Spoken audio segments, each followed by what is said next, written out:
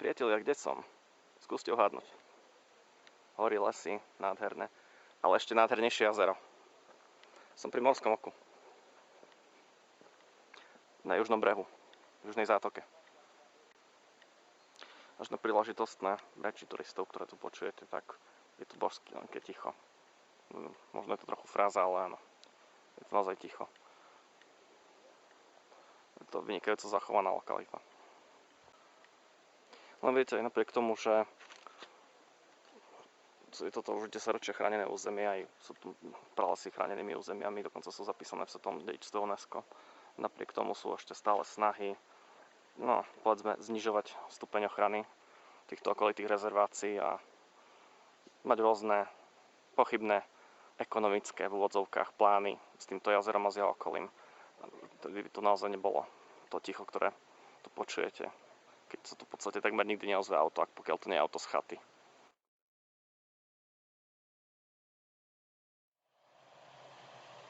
Už vezú zásoby na chatu. Strúžiky. Koľko ich tu je? Aj lipene a ďalšie druhy.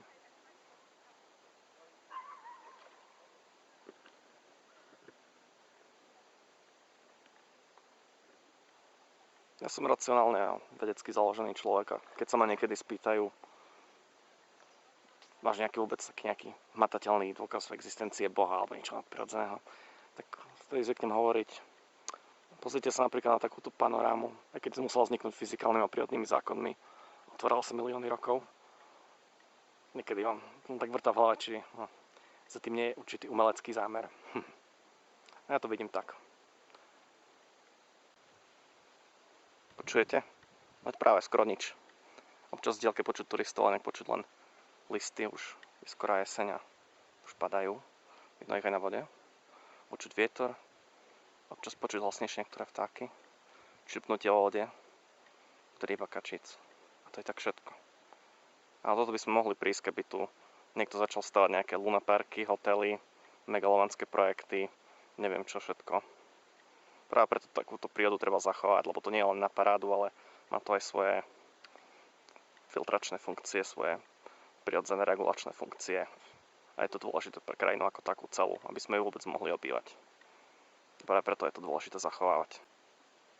Nikto tu drevo neťaží, ani takéto naplavené. Všetko sa pekne prirodzene rozkladá v lese. A teraz si to všetko predstavte s hlukom, stálym ruchom aut. Je tu 1000 turistov. Každý sa tu člunkuje, pokrikuje, jazdí tu na skutroch, neviem čo, lesy vyrúbané, holina, erózia, časom možno púšť, bajany zosú, jazero vyschne, čo tu potom zostane. Tak preto je dôležité nebrať prírodu ako nejaký lunapark, ale jednoducho si vážiť takú, aká je.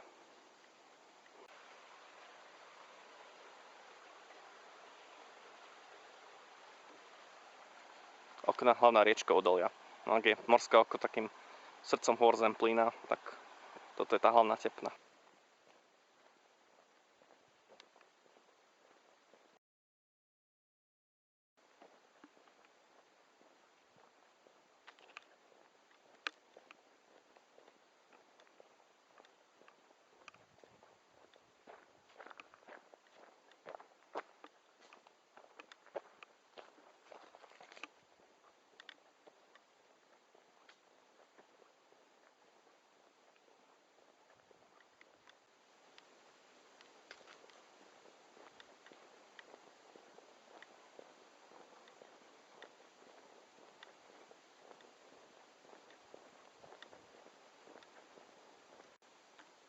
Ak ma pamäť neklame, tak to je väža asi 927 metrov nad morom a po Snínskom kameni, ktorý je tesne cez 1000, tak je to najvyšší vrch v tomto okolí. Na severovýchod od jazera Snínsky kameň je severozápadne.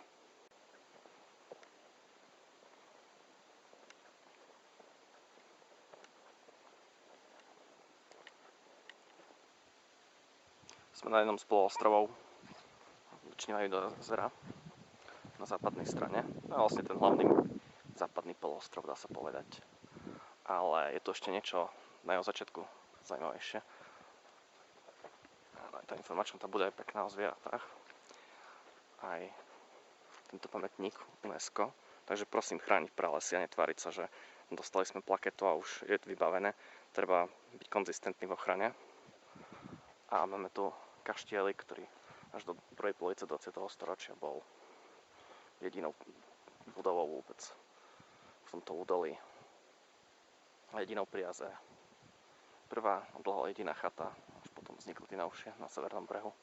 A to vtedy nič, preto je tu stále ten ticho a pokoj. Môžete sa tu síce ubytovať, ale nie je tu žiadny krik, zhon, žiadna buracajúca hudba, žiadne požičovne, nič, len pokoj. Ani signál tu veľmi nechytíte, takže je to naozaj pokoj a môžete tu pokojne prísť, oddychovať, písať, tvoriť, maľovať, fotografovať, čo len chcete. Chcete skladať hudbu. Alebo nakrúcať dokumenty.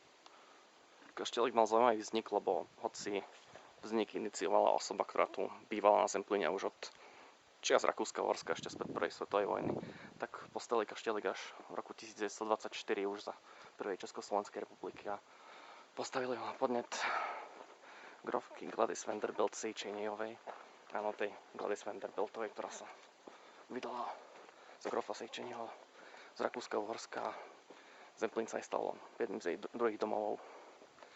Zbožňovala morská oko a vlastne sa zaslúžila výstavbu tejto veľkej poľovnícko-turistickej chaty. A tá je tu dodnes a je to národná kultúrna pamiatka, ak ma pamäť neklame. Takže je to úctyhodná architektúra.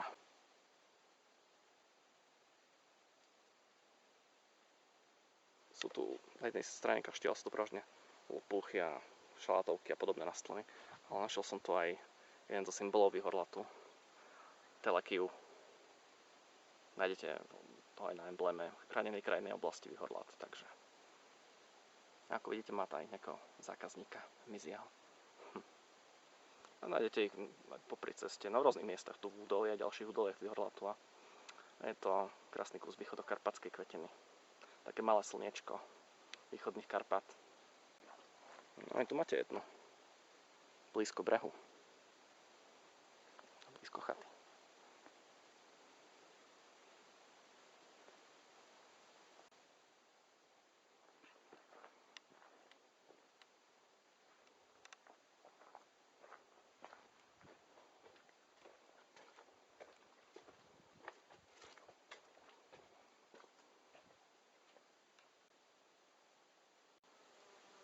Rozprávkou aj so salamandrami, pralesmi, ale dokonca aj takýmito slizniakmi. Čo však? Karpatský entemit. Na vlkov by ste sa nemali obávať, pretože sú v skutočnosti veľmi, veľmi plachí. Aha, tam je emblém s telekiou. Môžete ho vidieť.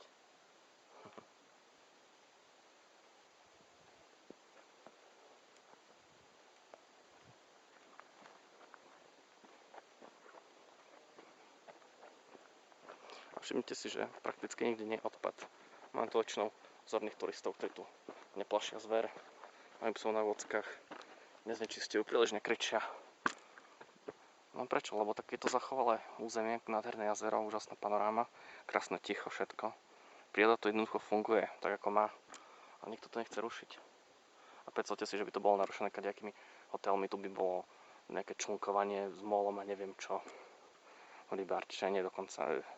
Takže netreba tu z toho robiť Ludan Park. Sila toho je v tom, že to aj z ekosystémového hľadiska, ale aj z rekreačného hľadiska je to nádherne zachovalé miesto a je extrémne prospešné v celej našej krajine. Nielen tu okoliu Výhorlatu, nielen Zemplínu, či už hornému, dolnému, ale celkovo aj východnému Slovensku. Aj Slovensku. Toto je tretie najväčšie prírodné jazero na Slovensku. A prakticky je najväčšie v nejakom sopečnom pohorí. Už len jazero Izra v Slánskych vrchoch, ak sa pamätám dobre, je o niečo menšie, od neho možno polovicu z neho, alebo tretinu dosahuje. A všetky ostatné sopečné jazera sú prakticky len tu vo Výhorlate, takže je to také malé pleso východných Karpat. Aj keď nie je ľadovcami utvorené, ale starým vulkanickým zosuvom a zosuvmi pôdy a postupne sa tu to hlbšie údolie naplnilo vodou. Tá voda sa ešte vlastne rozšírila, keď v 19. storočí postavili takú menšiu hrádzu na južnom okraji jazera. Ale napriek tomu, že to bolo veľmi veľké jazero a ako chceme zachovať ešte ďalšie stáročie, tisícročia, tak nechajme ho na pokoji. V duchu hesla všetko pre nič.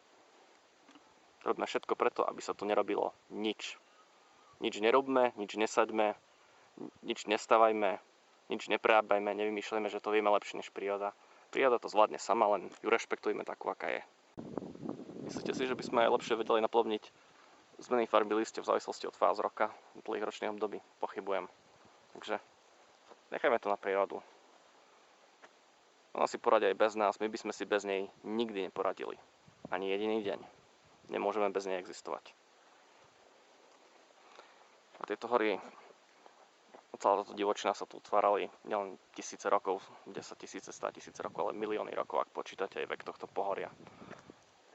Tak nechajme to na prírodu. A áno, aj tu je struhov plno. A lipeňov a iných rýb. A nebudeme ich rušiť.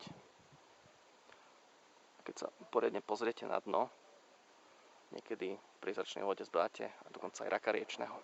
Sú tu rôzne rodinky rakov, ktoré tu zvyknú žiť. Máme takéto pekné vášky.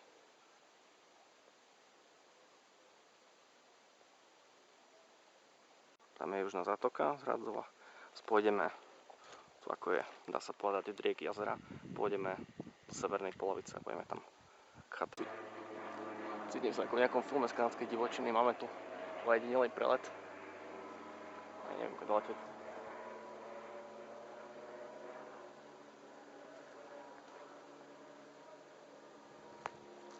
To je keď letel.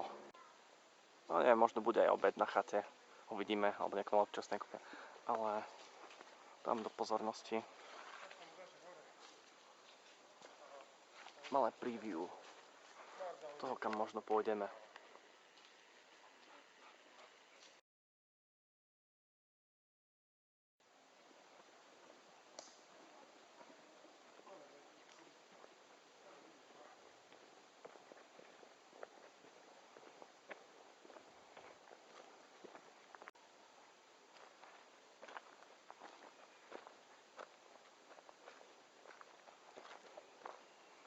Keby deti nevyskali, tak je tu úplne ticho. Počul by ste špendlík padať. A vtáčky štebotať.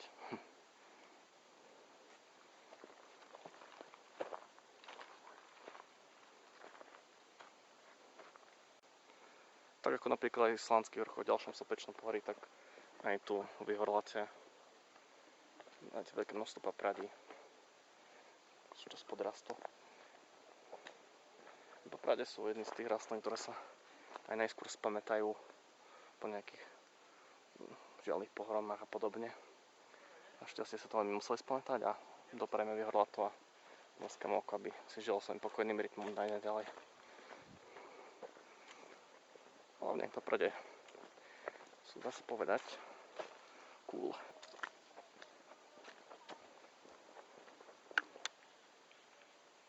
Hodiny spevu miestnych spevovcov.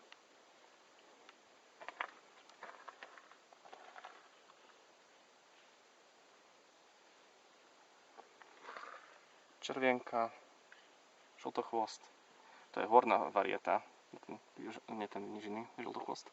Drozd čierny, oriešek obyčajný, kukučka, kolibierik, pinka, síkorka, prasochvost a nakoniec aj brhlík. Má rád okolí potokov a riečok. A sa môžete pozrieť, kedy približne spievajú.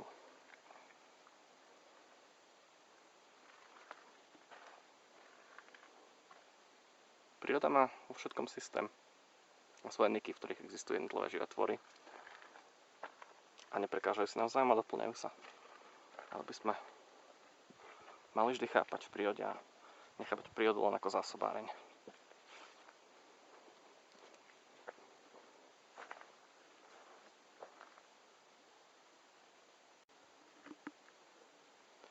A sú tu vystavené aj jedny z málo zachovaných pozostatkov niekdejšej úzkorozchodnej železnice, ktorá existovala vo Výhorlate od konca 19. storočia. Máme prv drvené podvaly, drvené koľajnice, bola to konská železnica, lesnická, potom prestali na párny pohon v 20. storočí. Bola na vrchole do roku 1924, keď sa postavil kaštieľek, a potom v 73. žiaľ zrušili a má dnes pamätník v Remeckých Hámroch. Aha, akí krásavci.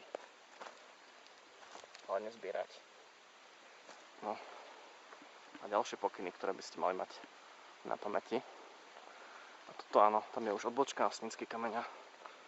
Tu môžete odbočiť na severozápad a idete na jeden z najvyšších vrchov Výhorlatu. Nie najvyšší, ale jeden z najvyšších a má úžasnú vyhliadku. Obidve skalné brala na vrchole daného vrchu.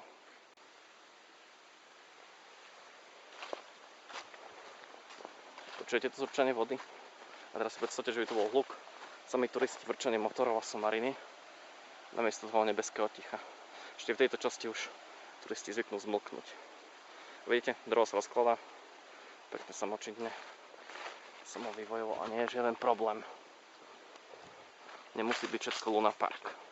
A ideálne by bolo, hlavne v krajine ako je naša, s veľkým prírodným bohatstvom, aby tá zachovala divočina, zachovala príroda, takou ostala, aby sme chránili aspoň 10% našej domácej divočiny, nášho skutočného prírodného bohatstva. Načúvajte tomu tichu, zamyslite sa nad tým pokojom. Chránte ich nie rečami, ale zodpovedne a občiansky. 10% divočiny pre Slovensko, divočiny bez zásahu, divočiny tichej a pokojnej prírody. Severná zátoka jazera. Krásne plnkotanie vody a tu máte informačné centrum rybárka. Teraz momentálne zavreté, ale je k dispozícii